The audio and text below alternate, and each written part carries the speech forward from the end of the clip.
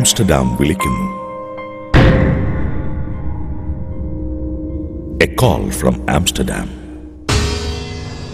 ഈ അടുത്ത കാലത്ത് സഭയിലെ ഞാനും കാർഡിനൽ ടോപ്പോയും ഉൾപ്പെട്ട 5 കർദിനാൾമാർ മാർപ്പാപ്പയ്ക്ക് ഒരു അപേക്ഷ കൊടുക്കുകയുണ്ടായി.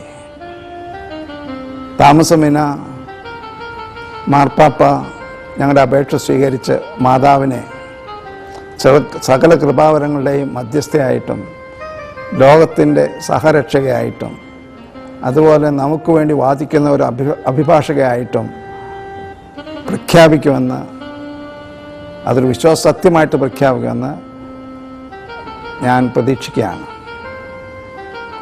അതിനുവേണ്ടി നമുക്ക് പ്രാർത്ഥിക്കാം. മറിയത്തിൻ്റെ ഈ മൗക്തീകരണം വഴി ലോകത്തിൽ കൂടുതൽ സമാധാനവും സഭയുടെ വളർച്ചയും ഉണ്ടാകട്ടെ എന്ന് നമുക്ക് പ്രതീക്ഷിക്കാം. ഈ വിശ്വാസസത്യങ്ങൾ പറ്റിയൊരു ടെലിഫിലിം ഉണ്ടാക്കുന്ന അറിയുന്നതിൽ ഞാൻ അധികമായിട്ട് സന്തോഷിക്കുന്നു. ഫിലിമിന് എല്ലാവിധ വിജയങ്ങളും പ്രചുര പ്രചാരവും ആശംസിച്ചുകൊണ്ട് എൻ്റെ വാക്കുകളെ ഞാൻ ഉപസംഹരിക്കുന്നു.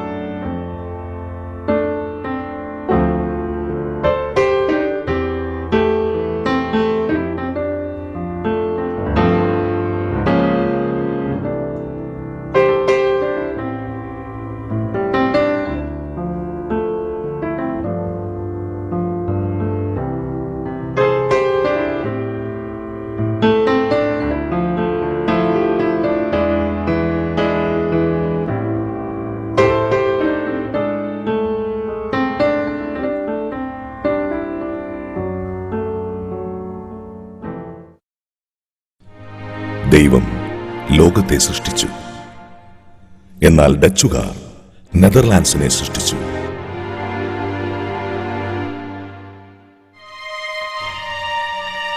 ആംസ്റ്റർഡാം നെതർലാൻഡ്സിന്റെ തലസ്ഥാനം,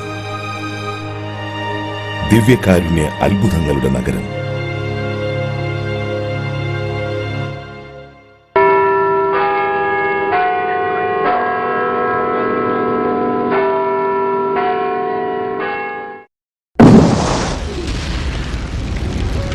രണ്ടാം ലോക മഹായുദ്ധം നടന്നുകൊണ്ടിരിക്കുന്നു. നെതർലാൻഡ്സ് ഇപ്പോഴും നാസിപ്പടയുടെ ഗുരുത്തുനിഷ്ഠയിൽ തന്നെ. എങ്ങും ഭീതിയും അരാജകത്വവും. ആംസ്റ്റർഡാമിലെ ജനങ്ങൾ വളരെയേറെ കഷ്ടതകൾ അനുഭവിച്ചു. വളരെ പേർ വിശപ്പ് കൊണ്ട് മരിച്ചു.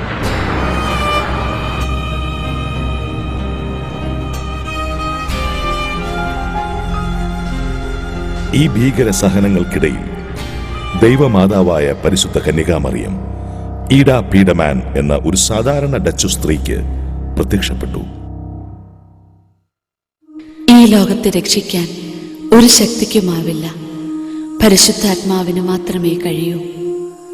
സത്യാത്മാവിനെ ഈ ഭൂമിയിലേക്ക് അയക്കാൻ പിതാവിനോടും പുത്രനോടും നാം ആവശ്യപ്പെടേണ്ടിയിരിക്കുന്നു. പരിശുദ്ധാത്മാവിന് മാത്രമേ ശാശ്വത സമാധാനം നൽകാനാവൂ. എല്ലാ ജനപദങ്ങളും കർത്താവിനെ ആദരിക്കട്ടെ. നിങ്ങൾ വിശുദ്ധ കുരിശിലേക്ക് മടങ്ങുകയും പരസ്പരം സ്നേഹിക്കുകയും ചെയ്താൽ ഈ ലോകത്തിന്റെ ശക്തിക്ക് നിങ്ങളെ ഉപദ്രവിക്കാൻ ഒരവസരവും ലഭിക്കുകയില്ല. ഈ സമയം നമ്മുടെ സമയമാണ്. ആംസ്റ്റർഡാം നെതർലാൻഡ്സിന്റെ തലസ്ഥാനം.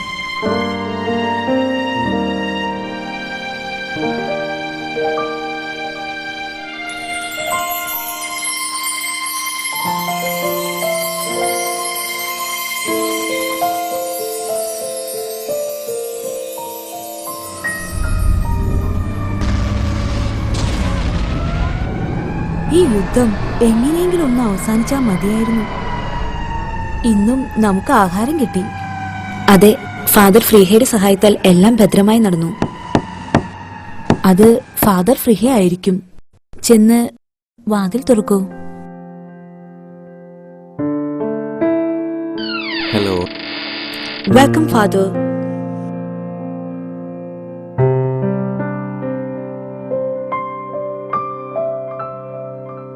Hello father. ഹലോ. ഇരിക്കൂ.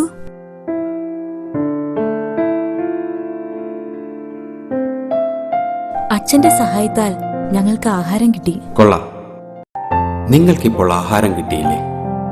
അധികം താമസിയാതെ യുദ്ധം അവസാനിക്കുമെന്ന് നമുക്ക് പ്രതീക്ഷിക്കാം. ഇനി നമുക്ക് പ്രാർത്ഥിക്കാം. പിതാവിനും പുത്രനും പരിശുദ്ധാത്മാവിനും സ്തുതി.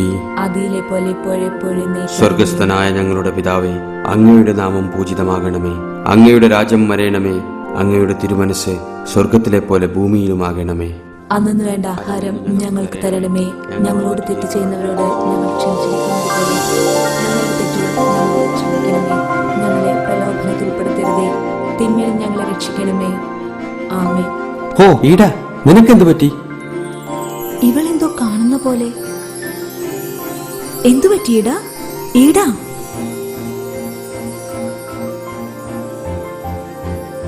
ഇത് പരിശുദ്ധ അമ്മ തന്നെ.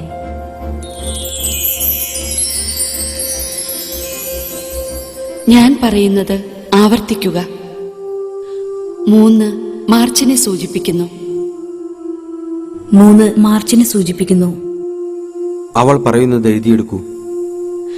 4 ഏപ്രിൽ. 4 ഏപ്രിൽ. 5 എന്നത് മെയ് 5-നെ സൂചിപ്പിക്കുന്നു. ഈ ജപമാല നിങ്ങളെ രക്ഷിച്ചു. ഇത് തുടരുക. ഞാൻ നൽകുന്ന പ്രാർത്ഥന നിങ്ങൾ പ്രചരിപ്പിക്കണം.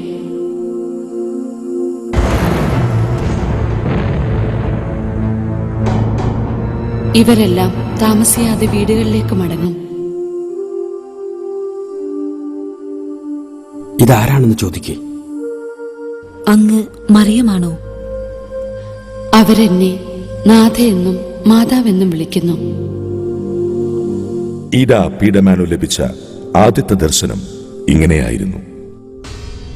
ഈ ദർശനം കഴിഞ്ഞ് ഏതാനും ആഴ്ചകൾക്കു ശേഷം 2ാം ലോകമഹായുദ്ധം അവസാനിക്കുകയും അമ്മ പ്രവചിച്ചതുപോലെ തന്നെ 1945 മെയ് 5-ന് നെതർലാൻഡ് സ്വതന്ത്രമാകുകയും ചെയ്തു.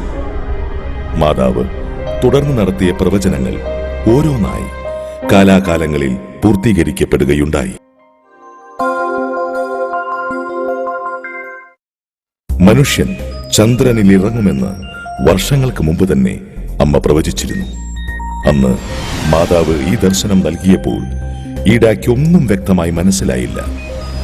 മനുഷ്യൻ ചന്ദ്രനിൽ കാലുകുത്തുമെന്ന് സങ്കല്പിക്കാൻ പോലും അന്ന് ആർക്കും കഴിയുമായിരുന്നില്ല. പിന്നീട് 23 വർഷങ്ങൾക്കു ശേഷം 1969 ജൂലൈ 20-ന് മനുഷ്യൻ ആദ്യമായി ചന്ദ്രനിൽ ഇറങ്ങുന്നതിന്റെ ദൃശ്യങ്ങൾ ടിവിയിൽ കണ്ടപ്പോഴാണ് അന്നത്തെ ദർശനത്തിന്റെ പൊരുൾ ഈടയ്ക്ക് വ്യക്തമായത്.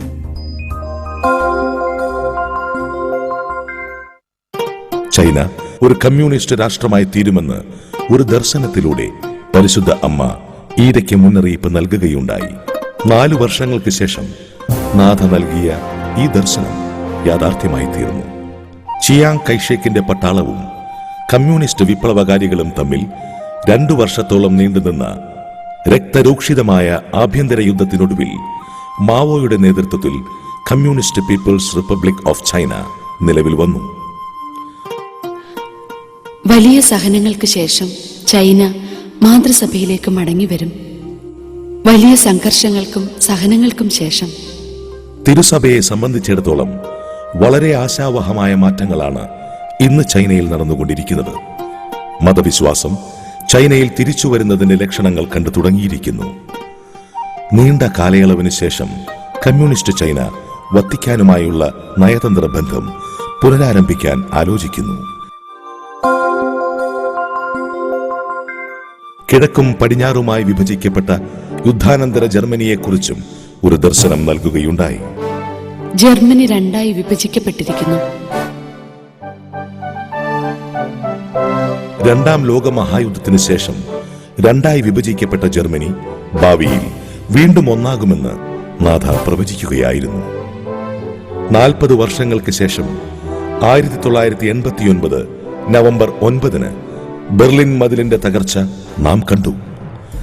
ഈ ചരിത്ര സംഭവത്തിന് തൊട്ട് 3 ആഴ്ചകൾക്ക് മുമ്പ് കിഴക്കൻ ജർമ്മനിയുടെ പ്രസിഡന്റ് ഹൊനേക്കർ അഹങ്കാരത്തോടെ പ്രഖ്യാപിക്കുകയുണ്ടായി, ഈ മതിൽ ഇനിയും ഒരു 100 വർഷം നിലനിൽക്കും.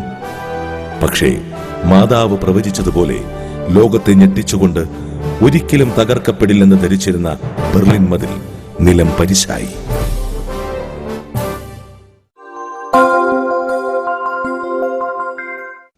വരാനിരിക്കുന്ന ഭയാനകമായ ദുരന്തങ്ങളെക്കുറിച്ച് അമ്മ മുൻകൂട്ടി പ്രവചിച്ചു.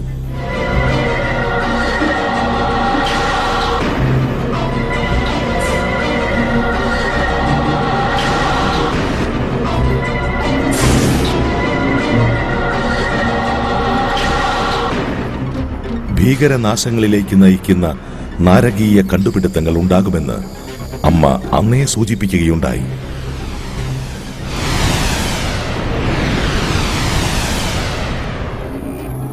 നിരപരാധികളായ നിരവധി പേരുടെ ജീവൻ അപഹരിച്ച അതിക്രൂരമായ യുദ്ധങ്ങൾ 20-ാം നൂറ്റാണ്ടിന്റെ അവസാനത്തോടെ നാം കണ്ടു. വളരെയേറെ നാശനഷ്ടങ്ങൾ ഉണ്ടാക്കിക്കൊണ്ടരങ്ങേറിയ ബാൽക്കൻ യുദ്ധവും ജൈവരാസയുദ്ധങ്ങളും ഗൾഫ് യുദ്ധവും അമ്മ മുൻകൂട്ടി പ്രവചിക്കുകയായിരുന്നു. കമ്മ്യൂണിസ്റ്റ് രാഷ്ട്രമായിരുന്ന റഷ്യയെക്കുറിച്ച് അമ്മ ഇങ്ങനെ ഒരു ദർശനം നൽകി. റഷ്യയിൽ വലിയ മാറ്റങ്ങൾ സംഭവിക്കാൻ പോകുന്നു.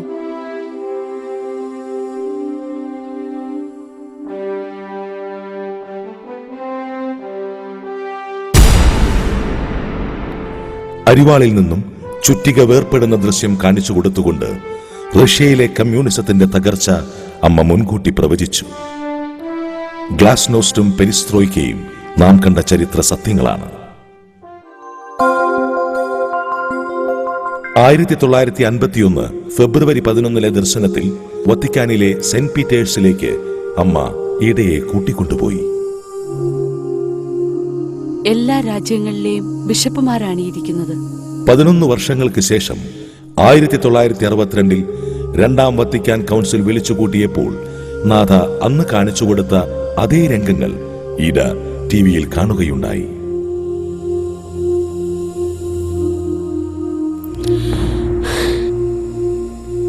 മാതാവ് നൽകിയ സന്ദേശങ്ങളെ പ്രതി ഈടയ്ക്ക് വളരെയേറെ സഹിക്കേണ്ടി വന്നിട്ടുണ്ട്. പലപ്പോഴും അതിക്രൂരമായി പൈശാചിക ശക്തികളുടെ ആക്രമണങ്ങൾക്ക് ഈട ഇരയായിത്തീർന്നു. ഇതിനും പുറമേയായിരുന്നു മനുഷ്യരുടെ പ്രതികരണങ്ങൾ. ഈ സന്ദേശങ്ങളുടെ നിജസ്ഥിതിയെക്കുറിച്ച് പലരും സംശയം പ്രകടിപ്പിച്ചു. കെട്ടുകഥകളെന്നും ഭാവനാ സൃഷ്ടികളെന്നുമൊക്കെ അവർ മുദ്രകുത്തി. പലരും ഈടയെ നിർദ്ദയം പരിഹസിച്ചു, നിശിതമായി വിമർശിച്ചു. എന്നാൽ നാഥയുടെ പ്രവചനങ്ങൾ പൂർത്തീകരിക്കപ്പെടുക തന്നെ ചെയ്തു. എന്റെ വാക്കുകളിൽ തന്നെയാണ് എന്റെ അടയാളങ്ങളും. വർഷങ്ങൾ കടന്നു പോകുമ്പോൾ ഇവയെല്ലാം സംഭവിക്കും. ഈടയെ വിമർശിച്ചവരും ഈടയെ വിശ്വസിച്ചവരും പിൽക്കാലത്ത് യാഥാർത്ഥ്യമായി തീർന്ന പ്രവചനങ്ങൾക്ക് സാക്ഷികളായപ്പോൾ അത്ഭുതപ്പെട്ടുപോയി. എന്നിരുന്നാലും ആംസ്റ്റർഡാം സന്ദേശങ്ങളുടെ ആധികാരികതയ്ക്കുള്ള ഏറ്റവും ശക്തമായ തെളിവ് നൽകപ്പെട്ടത് 1958 ഫെബ്രുവരി 19 ആയിരുന്നു.